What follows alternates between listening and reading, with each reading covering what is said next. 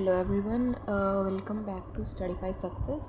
So this is the class of social science.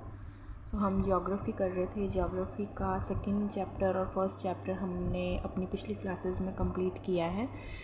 So today we will do the geography chapter number 3 of class 10th water resources, जिसका नाम है water resources. आज हम ये chapter complete करेंगे अपना. इसमें हम वाटर रिसोर्सेज के बारे में पढ़ेंगे. व्हाट इज़ वाटर रिसोर्सेज के क्या कंजर्वेशन, क्या चीज़ें उसके अंदर आई गई हैं. Okay, so let's start. First of all हमको ये पता होना चाहिए what is basically the water resource is, right. So we already know that 3/4 of the earth's surface is covered with water, but only a small proportion of it accounts for fresh water that can be used. हमें जैसा कि पता है कि हमारा जो 1/4 हिस्सा है पृथ्वी का वो वाटर से कवर है और हमारे पास कुछ ही मात्रा में जो फ्रेश वाटर है वो यूज़ करने लायक बचा है.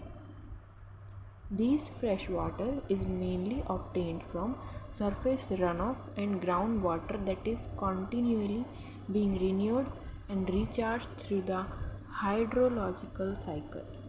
जो ये फ्रेश वाटर है ये मेनली जो है रन ऑफ किया जाता है, ग्राउंड वाटर से निकाला जाता है. इसको जितना हो सके उतना कॉन्टीन्यूटी में रीन्यू किया जाता है, रिचार्ज किया जाता है. किसके थ्रू? हाइड्रोलॉजिकल साइकिल के थ्रू, ताकि हम इस वाटर को अपनी डेली नीड्स में यूज़ कर सकें. All water moves with in the hydrological cycle ensuring that water is renewable resource. जितने भी हमारे वाटर मूव्स हैं हाइड्रोलॉजिकल साइकिल के, वो हमें ये इंश्योर करते हैं that water is renewable resource. यानी वाटर को जितना यूज़ हो उतनी मात्रा में यूज़ करना है हमें, ताकि हमारे आने वाले फ्यूचर में हमें वाटर स्कार्सिटी जैसी प्रॉब्लम्स देखनी ना पड़े. So this is all about water resources. अब हम पढ़ेंगे water scarcity and the need for water conservation and management. तो अब हम पढ़ेंगे वाटर स्कार्सिटी और उसकी नीड्स क्या हैं वाटर कंजर्वेशन और मैनेजमेंट में. So the moment we speak of water shortage we immediately associate it with regions having low rainfall or those that are drought prone. जब हम बात करते हैं पानी की कमी की, तभी हमें कुछ ऐसे रीजन्स दिखाई देते हैं जहाँ पर कम मात्रा में रेनफॉल होती है और जहाँ पर ड्रॉट प्रॉन की भी कमी है, या फिर उनको हम ड्रॉट प्रॉन कह सकते हैं कि जहाँ पानी की कमी है बहुत. तो जब भी हम वाटर शॉर्टेज की बात करते हैं तो हमारे सामने ऐसे कुछ रीजन्स आते हैं जहाँ पर जो रेनफॉल की मात्रा है वो काफ़ी कम क्षमता में पाई जाती है और उनको ड्रॉट प्रॉन भी कह सकते हैं हम. The availability of water resources varies over space and time, mainly due to the variation in seasonal and annual precipitation, but water scarcity in most cases is caused by over exploitation, excessive use, and unequal access to water among different social groups.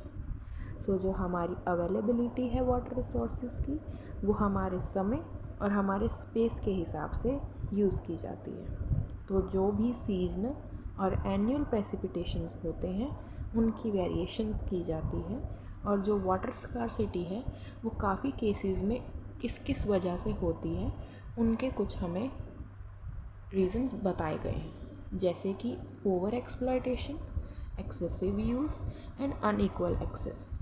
इन 3 चीज़ों की वजह से जो water scarcity है वो most cases में बन जाती है. Water scarcity may be an outcome to large and growing population and consequent greater demands for water and unequal access to it. Water scarcity जो है वो एक ऐसा लार्ज आउटकम है जो कि पॉपुलेशन के थ्रू ग्रो किया जाता है और कंसिक्वेंट यानी कि ग्रेट डिमांड में देखा जाता है, ग्रेट डिमांड ऑफ वाटर की जाती है और अनइक्वल एक्सेस दिया जाता है उनको, तो ये वाटर स्कार्सिटी भी एक आउटकम हुआ।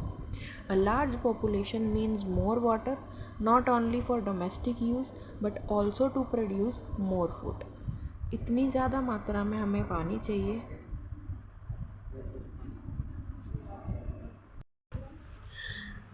A large population means more water, not only for domestic use but also to produce more food. उतनी ज़्यादा मात्रा में हमें वाटर चाहिए, ना कि सिर्फ हमारे डोमेस्टिक यूज़ के लिए बल्कि हमारे फूड के लिए भी, मतलब खाने में भी हमारा वाटर यूज़ होता है। तो इसीलिए जो है हमारी लार्ज पॉपुलेशन में जो हमारी वाटर की नीड है वो बहुत ज़्यादा ज़रूरी है।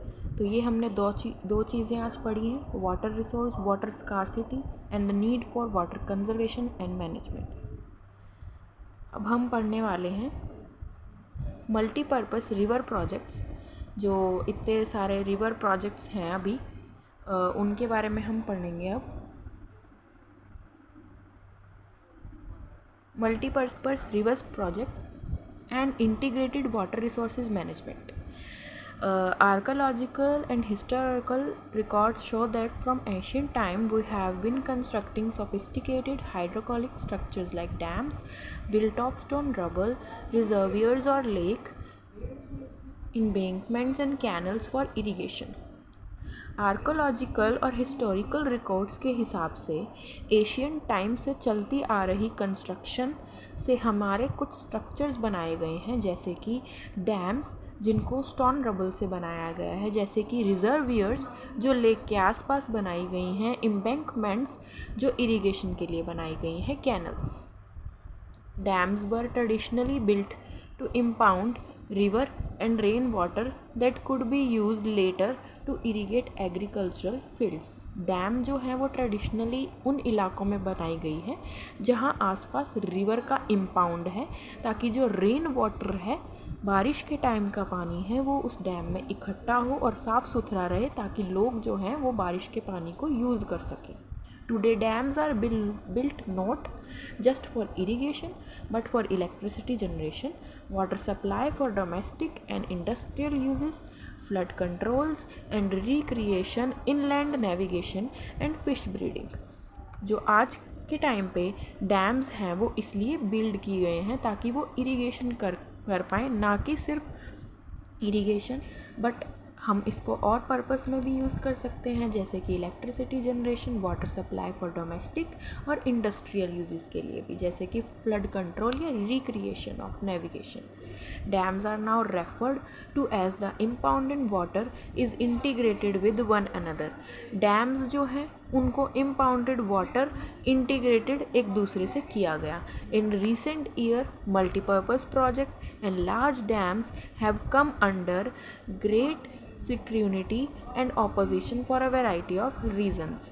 कुछ सालों में हमने ये नोटिस किया कि जो मल्टीपर्पज़ प्रोजेक्ट्स हैं लार्ज डैम्स के, जो स्क्रूटिनी के अंडर हमारे आते हैं, उनके अंदर काफ़ी सारे रीजंस देखे गए हैं। The reservoirs that are created on the floodplains also submerge the existing vegetation and soil, leading to its decomposition over a period of time. जो रिजर्वियर बनाए गए हैं वो हमारे फ्लड प्लेन्स के लिए बनाए गए हैं, ताकि उस टाइम पर जो वेजिटेशन और सॉइल किया गया, जो वेजिटेशन और सॉइल जो डिकम्पोज हो जाएगा वो उन रिजर्वियर में मिल जाए। Multipurpose projects and large dams have been the cause of many new social movement। इन्हीं सब मल्टीपर्पज़ प्रोजेक्ट और लार्ज डैम्स से जो हमारे न्यू सोशल मूवमेंट्स हैं वो किए गए। Local people often had to give up their land, livelihood and their eager access and control over resources for the greater good of the nation। जो local इलाके के लोग हैं वो अपना लैंड, अपना लाइवलीहुड, अपना एक्सेस सब कुछ उनको दे देते हैं ताकि वो रिसोर्सेज को कंट्रोल कर पाएँ। अब हम पढ़ेंगे रेन वाटर के बारे में। तो रेन वाटर बेसिकली है, many though that given the disadvantages and rising resistance against the multipurpose project water harvesting system as a variable alternative both socio and economically environmentally. Rain water harvesting basically इसके अंदर disadvantage भी है और advantage भी है। ये multipurpose हमारे project में किया जाता है वाटर हार्वेस्टिंग सिस्टम। बेसिकली इसमें ये दोनों चीज़ों के लिए अच्छा है, हमारे इकोनॉमिकली के लिए भी एंड एनवायरमेंटली के लिए भी। People had in depth knowledge of rainfall regimes and soil types and develop wide ranging techniques to harvest rain water, ground water, river water and flood water in keeping with the local ecological conditions and their water needs. In hill and mountain regions, people build diversion channels like the gulls and cools of the western Himalayas for agriculture. Rooftop rainwater harvesting was commonly practiced to store drinking water, particularly in Rajasthan. Rooftop rainwater harvesting सबसे पहले practice की गई drinking water को store करने के लिए राजस्थान में। In the semi arid regions of Rajasthan, particularly in Bikaner, Phalodi and Barmer, almost all the houses traditionally had underground tanks for storing drinking water. Rajasthan के कुछ इलाकों में जैसे कि बीकानेर, वल्लोड़ी, बाड़मेर, इन सभी इलाकों में हाउसेस में, घरों में लोगों ने अपने अंडरग्राउंड टैंक्स बनाए थे ताकि वो रेन वाटर को स्टोर कर सके अपने ड्रिंकिंग वाटर के लिए। They were connected to the sloping roof of the houses through a pipe. उनको उनकी छत से कनेक्ट किया जाता था, घरों की छत से, और वह पाइप से अंडरग्राउंड पानी आ जाता था। Rain falling on the roof top would travel down the pipe was store in this underground tanks. जो भी रेनफॉल का पानी होता था रूफ टॉप पर, वो इन पाइप्स के थ्रू स्टोर किया जाता था अंडरग्राउंड टैंक्स में। The rain water can be store in the tanks till the time the next rainfall make it happen. Extremely reliable source of drinking water when all the sources are dried off. Rain water जो store किया जाता था tanks में, अगली बारिश तक उस पानी को यूज़ किया जाता था और वह पानी पीने लायक भी था। तो ये थी हमारी रेन हार्वेस्टिंग। और हमने अभी मल्टीपर्पज़ रिवर प्रोजेक्ट्स भी पढ़े हैं। हमने वाटर रिसोर्सेज के बारे में पढ़ा, वाटर स्कार्सिटी के बारे में पढ़ा, need for water conservation and management के बारे में पढ़ा। आप सभी को इस चैप्टर के नोट्स या फिर किसी भी सब्जेक्ट के किसी के भी नोट्स हमारी वेबसाइट पर मिल जाएंगे। आप लोगों को वेबसाइट का लिंक डिस्क्रिप्शन में मिल जाएगा, आप लोग वहाँ से जाकर सारे नोट्स का एक्सेस ले सकते हैं। तो ये था हमारा chapter number 3 water resources class 10th। ये चैप्टर यहीं ख़त्म होता है। हम नए चैप्टर के साथ नेक्स्ट क्लास में मिलते हैं। Thank you so much.